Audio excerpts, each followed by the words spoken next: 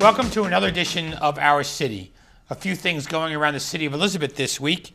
On Wednesday, February 11th, I'll join our state legislators, Senator Lesniak, Assemblywoman Annette Quijano, and Assemblyman Joe Cryan, in presenting Proceed with two grants at 10:30 in the morning. The grants being given are Prevention of Homeless grant throughout our city and the Energy Assistance Program. This event will also highlight some of the other related grants that have been secured for Proceed over the past few months. For more information, call 351-7727. On Thursday, February 12th of this week, City Hall will be closed due to the observance of President Lincoln's birthday. It is his 200th birthday on February 12th.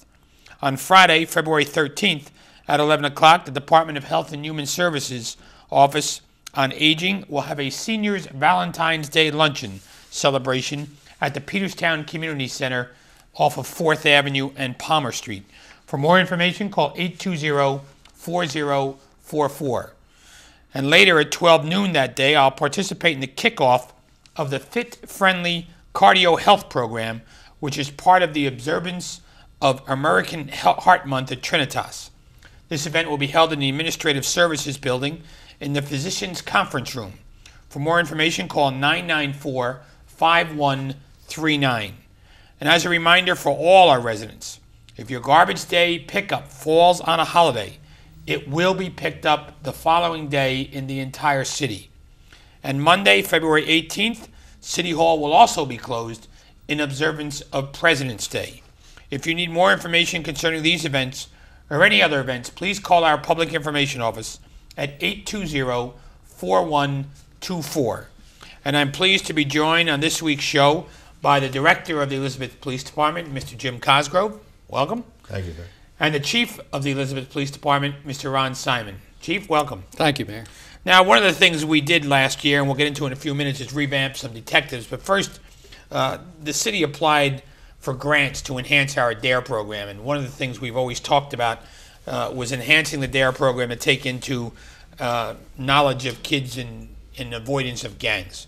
And maybe you could tell us about some of the grants we got. And Chief, how does it work? And we'll start with you, Director, on the grants. Well, the grants for the DARE program is currently, we have over 2,000 public and private school children in the city of Elizabeth that we do a DARE program with currently. It's fifth graders.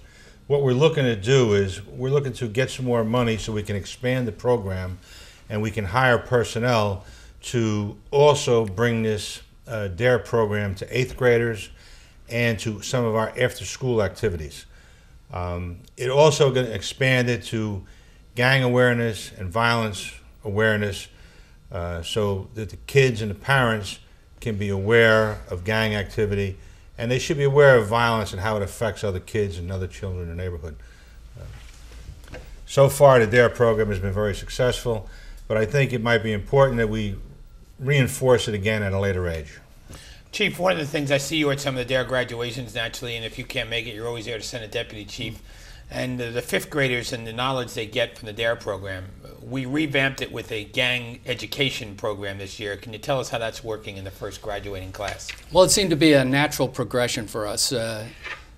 Many years our DARE program has worked successfully, and we're telling them to avoid drugs, to avoid violence, and it just seemed to be a perfect fit in there for them to also get the message to avoid gang involvement. You know, it's something that needs to be hit home at an early age. That's when they're most attracted to these type of things. So we felt it was a great addition to the DARE program to add that component in to resist gangs as well and all the influences that they have. Director, kids don't join gangs when they're 25 and 30. They usually join them in high school or thereabouts. Absolutely. And this awareness it's good for the parents also, because I think parents should be aware of what their children are doing, who their friends are, what are some of the gang signs, what are some of the gang colors. And I think early intervention is going to be in the school, in the home, and these are going to be the first people to come in contact. Your religious group, your churches, these are the first frontline defense with our children and gang awareness, and they're the ones that should have this knowledge. Often, two times, by the time they come to our attention, they're already involved in some criminal activity, and then sometimes, unfortunately, it's too late at that point. And Director and Chief, the police officers, how did they go about adding this component to the DARE program between September and January? Well, our DARE officers all went to a great school, they call it. It's for gang resistance training. And so they all... Also, it's great gang resistance training? Yeah. So they all went to this school so that they would have the knowledge to add this into their existing program.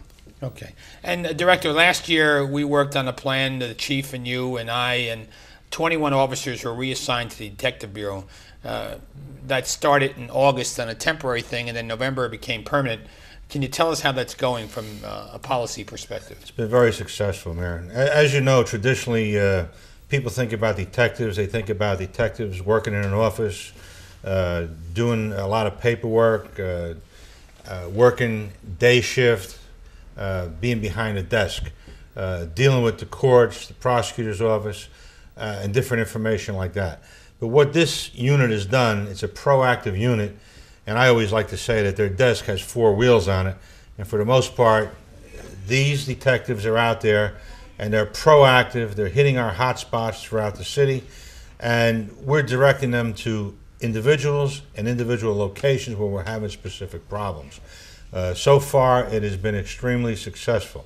They're working with other components of the Detective Bureau who would handle burglaries, robberies, and so forth, and they're also working closely with the Narcotics Squad. So this has brought the whole Detective Bureau completely together. So we now have investigations involving serious crimes being conducted in the daytime. We have narcotics detectives are out there, and we try to vary their hours at different times. And now we have these guys are out there, and they're not traditional hours or days off.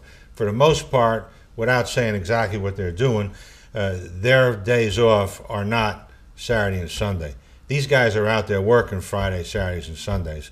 Their days are off for other days other than the weekends. And Chief, the Director mentioned about working with the Narcotics Bureau and these detectives. What's your feedback from the top commanders, the captains, and the other deputy chiefs who are in charge of this squad at night and the impact on our streets? Well, they absolutely love it. It's the added benefit of, as crimes are committed in these high crime hours later on in the evening and whatnot, having detectives present at the scene to do immediate interviews, immediate interrogations, instead of perhaps in the past we would have to call out detectives on overtime or have the investigations continued on the next day.